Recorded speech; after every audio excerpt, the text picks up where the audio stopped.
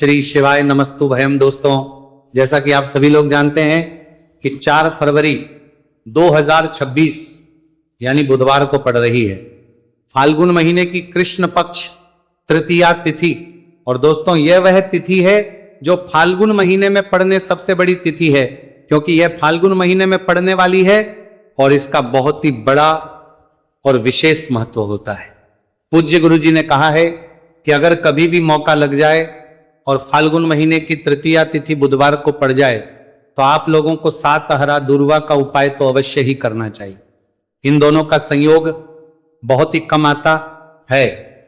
इसी के साथ में गुरु जी ने अपनी शिव पुराण कथा में बताया है कि इस दिन आपको 7 दुर्वा का उपाय तो आपको अवश्य ही करना चाहिए, क्योंकि ऐसा दिन पूरे साल में सिर्फ एक ही बार आता है।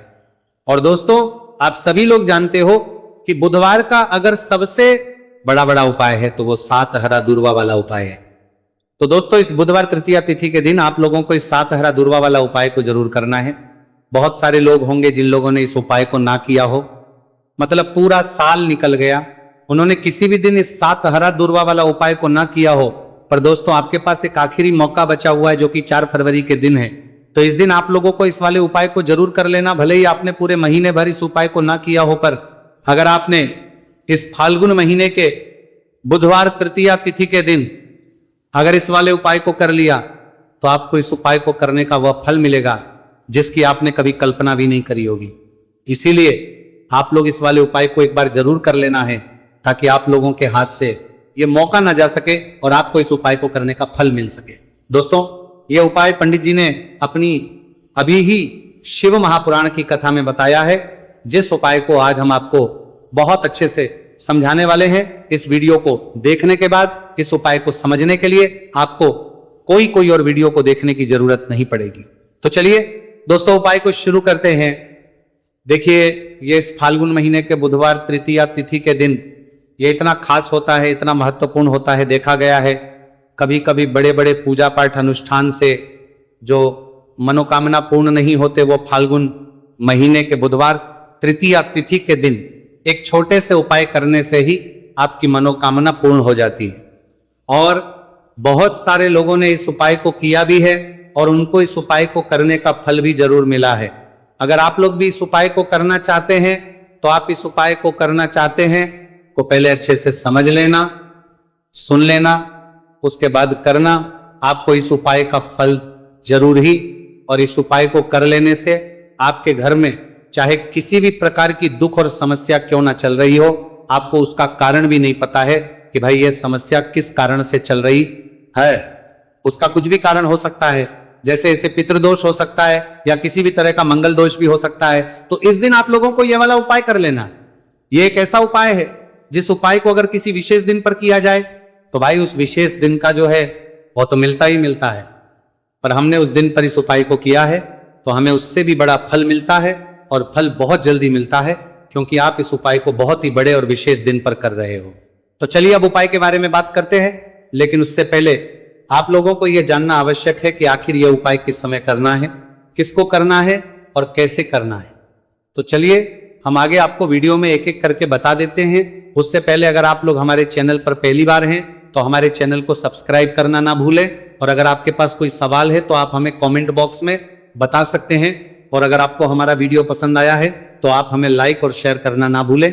और अगर आपको हमारे चैनल की जानकारी चाहिए तो आप हमें फॉलो कर सकते हैं। और अगर आपके पास कोई प्रश्न है तो आप हमें कमेंट बॉक्स में बता सकते हैं। पहली बार आए हैं या फिर मेरी आवाज आज पहली बार सुन रहे हैं तो हमारे चैनल को सब्सक्राइब जरूर कर लेना, और इस वीडियो को करके कमेंट बॉक्स में श्री शिवाय नमस्तु भयम ओम नमः शिवाय जरूर टाइप कर देना। तो दोस्तों, इस 7 दुर्वा वाला उपाय को हमें इस बुधवार तृतीया तिथि के दिन कैसे करना है, किसको करना है, किस समय करना है और कहां पर करना है, ये सारे सवालों के जवाब आपको इस वीडियो में मिल जाएंगे। और जो ये वीडियो देखेगा भाई, उसको 7 हरा दुर्वा वाला उपाय जरूर करना चाहिए, क्योंकि इस दिन 7 दुर्वा का भी बहुत ही बड़ा और विशेष महत्व होता है। और जब बात आ जाए हरा दुर्वा की तो ये सोने पर सुहागा वाली बात हो जाती है, और ये एक बहुत ही बड़ा उपाय हो जाता है इस बुधवार तृतीया तिथि का। तो अब दोस्तों, इस 7 हरा दुर्वा वाला उपाय को आखिर करना किसको है, सबसे पहले हम लोग वो बात जान लेते हैं तो देखो, घर की जो बड़ी माताएं बहनें होती हैं, उन माताओं बहनों में से कोई भी एक बड़ी माता बहन इस वाले उपाय को कर सकती है। और दोस्तों, अगर आप चाहें तो अपने घर में से सभी सदस्यों भी इस उपाय को करवा सकते हैं। अगर किसी व्यक्ति की खुद की कोई मनोकामना है, खुद की कोई दुख और परेशानी है जो कि वो अपने लिए ही करना चाहता है, इस वाले उपाय को तो वो खुद अपने लिए भी कर सकता है। बाकी अगर कोई घर में से ऐसा है जो कि अपने पूरे घर परिवार की सुख और शांति के लिए ये वाला उपाय करना चाहता है, तो भाई वो भी कर में सकता है, उसमें भी कोई दिक्कत वाली बात नहीं है। कहने का मतलब यह है कि इस उपाय को हर सदस्य भी कर सकता है और पूरे घर परिवार के सदस्य के लिए घर की बड़ी माताओं बहनों में से कोई एक माता बहन भी कर सकती है। माताएं बहनें अगर घर में उपस्थित ना हो या वो ये वाला उपाय ना कर पा रही हो, तो फिर घर का कोई बड़ा सदस्य भी इस 7 हरा दूर्वा वाला उपाय को कर सकता है, चाहे फिर वह पुरुष ही क्यों ना हो, उसमें कोई भी दिक्कत वाली बात नहीं है। अब दोस्तों, जो अगला प्रश्न निकल कर आता है वो ये आता है इसको लेकर कि आखिर इस उपाय को हमें किस समय करना है, सुबह के समय करना है कि शाम के समय करना है। तो देखो, इस वाले उपाय को आप लोग सुबह के समय भी कर सकते हो और शाम के समय प्रदोष काल में भी कर सकते हो। अब अगर आप पूछो कि भाई सबसे उत्तम समय कौन सा रहेगा इस 7 हरा दूर्वा वाला उपाय को करने का, तो हम आपसे बस यही कहेंगे कि इस उपाय को आप सुबह के समय करेंगे तो ज्यादा बेहतर होगा। बाकी अगर प्रदोष काल के समय भी करेंगे तो भी अच्छा होगा, उसमें कोई भी दिक्कत वाली बात नहीं है। तो अब दोस्तों, जो अगली सबसे बड़ी और महत्वपूर्ण बात आती है वो ये आती है कि सुबह अगर हम उपाय को करेंगे तो हमें कितने बजे से लेकर कितने बजे तक के बीच में करना है, और शाम के समय प्रदोष काल में करेंगे तो हमें कितने बजे से लेकर कितने बजे के बीच में करना है। तो देखो, सुबह जितनी जल्दी हो सके आप उपाय को करने की कोशिश करना।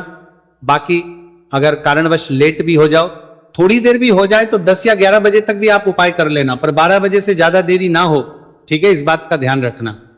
उसके बाद में दोस्तों, अगर शाम के समय प्रदोष काल की बात करें, प्रदोष काल का जो समय है होता है वो शाम के 6 बजे से शुरू हो जाता है। मतलब शाम के 6 बजे से लेकर शाम के 6 बजे से रात के 8 बजे के बीच का जो समय होता है, ये समय प्रदोष काल का समय होता है। तो इस उपाय को 7 या 8 बजे के बीच में भी कर सकते हो। मैं आप कभी भी इस वाले उपाय को कर सकते हो, उसमें कोई भी दिक्कत वाली बात नहीं है। तो फाल्गुन का महीना ही है जो आपको धन दौलत पुण्य दोनों ही देने वाला है। फाल्गुन के महीने में तुलसी का पूजन करके, श्री हरि विष्णु से जुड़े हुए कुछ उपाय करके आप अपने जीवन की निर्धनता, धन से जुड़ी समस्याएं, कर्जे से जुड़ी समस्याओं को हमेशा के लिए दूर कर सकते हैं। ये वही महीना है जिस माह में भगवान विष्णु योग निद्रा से जागते हैं। भगवान विष्णु को तुलसी अति प्रिय है, इसलिए उनकी पूजा में भी विशेष रूप से हम तुलसी का उपयोग करते हैं।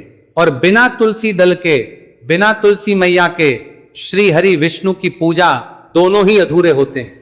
इसीलिए फाल्गुन के महीने में ऐसा उपाय आपको बताने वाले हैं जिसे करने से श्री हरि विष्णु की असीम कृपा आपको मिलेगी और मां तुलसी से ऐसा आशीर्वाद मिलेगा, जीवन का हर दुख, हर कष्ट, गरीबी, निर्धनता, कर्जे से जुड़ी समस्याएं, सब कुछ ही आपके जीवन से दूर हो जाएगा और सुख, समृद्धि, धन, वैभव, ऐश्वर्य, सब कुछ आपको अपने जीवन में आसानी से मिलने लगेगा।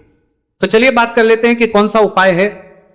तुलसी के पौधे में कौन सी चीज आपको रखनी है और इस उपाय को किस समय करना है।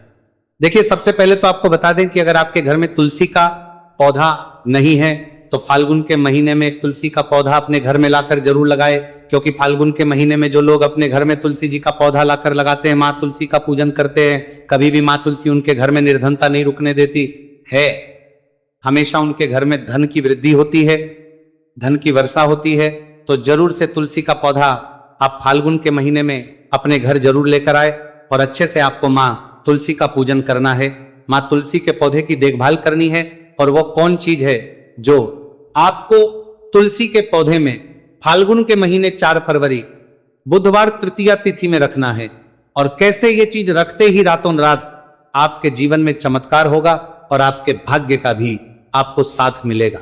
तो देखिए, इस वीडियो में जितने भी उपाय हम आपको बताएंगे सभी उपाय सरल है। देखो, गुरुजी ने कहा है कि बुधवार के दिन आपको 7 हरा दूर्वा वाला उपाय तो अवश्य ही करना चाहिए। वीडियो के अंतिम में आपको उपाय बताया है। आपको करना है। देखो, आगे बढ़ने से पहले वीडियो को एक लाइक जरूर करें। देखो, सबसे पहला उपाय, यदि आपके जीवन में कर्जा बहुत अधिक है, आपके जीवन में संकट बहुत अधिक रहते हैं, आपके ऊपर बहुत अधिक विपदा आ रही है, बार बार आपको अपने व्यापार में और अपने धन में हानि देखने को मिल रही है, यानी कि आपको प्रत्येक कार्य में हानि हो रही है, तो आपको यह उपाय करना चाहिए। इस उपाय को करने के लिए आपको दो चीजों की आवश्यकता होगी। सबसे पहले है, आप जानते हो, जो कि भगवान गणेश जी को समर्पित होती है, तो आपको वो हरा दुर्वा की आवश्यकता होगी। साथ ही में एक लोटा जल की आवश्यकता होगी। और आप जब भी उपाय को करें, जिस दिन भी आपको करें, तो आपको प्रातः कल सुबह सुबह ही सुबह वह करना है। इस बात का विशेष रूप से आपको ध्यान रखना है, ठीक है। तो आपको एक हरा दुर्वा लेनी है। अगर आधा हरा दुर्वा भी मिल जाती है तो भी कोई दिक्कत नहीं है, बस आपको हरा दुर्वा है। अगर ज्यादा ना मिले तो उस स्थान पर एक हरा दुर्वा भी ले सकते हैं। हरा दुर्वा आपको आसानी से कहानी पर भी मिल जाएगी। बस याद रखिएगा, शुद्ध दुर्वा, और मतलब उसे शुद्ध करके ही उपयोग में लीजिएगा, है ना।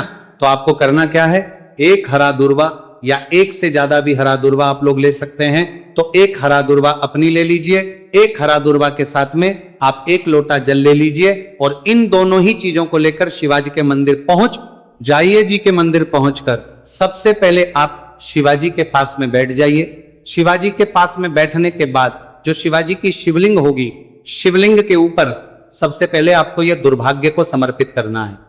दुर्भाग्य को कुछ इस प्रकार से समर्पित करना है कि जो दुर्भाग्य की दांडी का मुख होगा वह जलधारी की तरफ हो, जहां से जल नीचे करता है ना। और जो हरा दुर्वा का मिला हुआ भाग होगा वो अपने आप शिवाजी के पीछे की तरफ हो जाएगा, ठीक है। तो इस प्रकार से ये हरा दुर्वा का ये दुर्वा आपको भगवान शिवाजी का शिवलिंग के ऊपर समर्पित करनी है। और जो एक लोटा जल आप अपने साथ लेकर आए हैं, इसी दूर के ऊपर भगवान शिवजी के शिवलिंग के ऊपर एक धारा से आपको समर्पित कर देना है, ठीक है। अब यहां पर देखने बात यह है कि यह उपाय इस व्यक्ति को करना है जिस व्यक्ति की नौकरी नहीं लग रही हो, जो व्यक्ति परीक्षा में पास होना चाहता हो, तो इस व्यक्ति को अपने हाथों से इस उपाय करना है, तभी उपाय कम करेगा, ठीक है। उपाय को करने के बाद आपको 3 महीने उपाय आपको कब तक करना है, जब तक कि आपकी नौकरी ना जाए। जब तक आप इस उपाय को नियम के साथ करो, आपकी नौकरी जरूर लगेगी। अब बात करते हैं दूसरे उपाय के बारे में। तो देखिए, दूसरे उपाय जो है, देखिए इस उपाय के लिए आपको मात्र 1 लौंग का जोड़ा लेना है, यानी कि 2 फूल वाली लौंग लेनी है।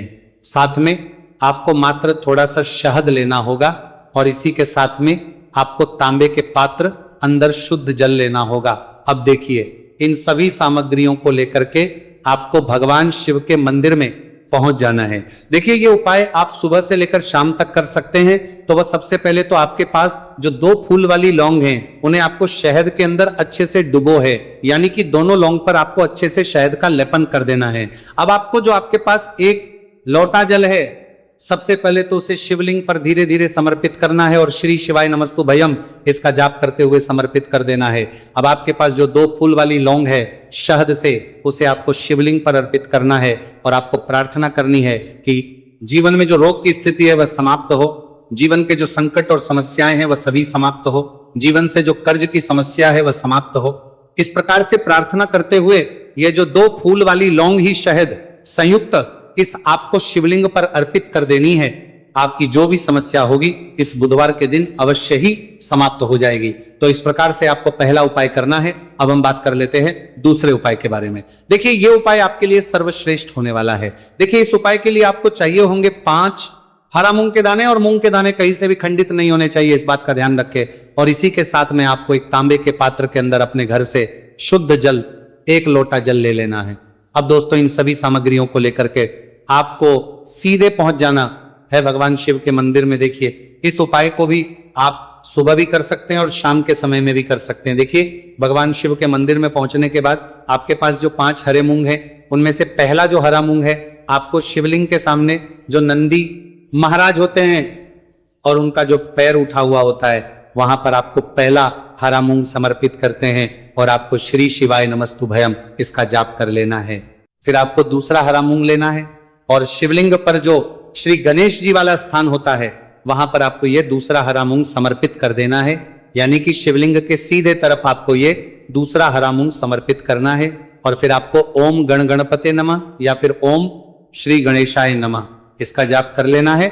तीसरा, हरा मूंग का दाना आपको भगवान शिव की सबसे प्रिय पुत्री माता अशोक सुंदरी वाले स्थान पर समर्पित करना। शिवलिंग की जो जलाधारी होती है, जहां से जल बह करके आता है, उसी जलाधारी के बीच में जो कहीं कहीं उठी हुई लाइन होती है सांप की आकृति के रूप में, वहीं पर आपको तीसरा हरा मूंग समर्पित करना है और फिर आपको ओम नमः शिवाय इसका जाप कर लेना है। अब दोस्तों चौथा जो हरा मूंग है उसे आपको भगवान कार्तिकेय जी का जो स्थान होता है शिवलिंग पर, वहां पर आपको ये चौथा हरा मूंग का दाना समर्पित कर देना है और आप ओम नमः शिवाय इसका जाप कर लेना है। अब दोस्तों आपके पास जो पांचवा और अंतिम हरा मूंग बचा हुआ है उससे जल के पात्र के अंदर डाल देना है और इस हरे मूंग से युक्त जल से आपको भगवान शिव के शिवलिंग का अभिषेक कर देना है।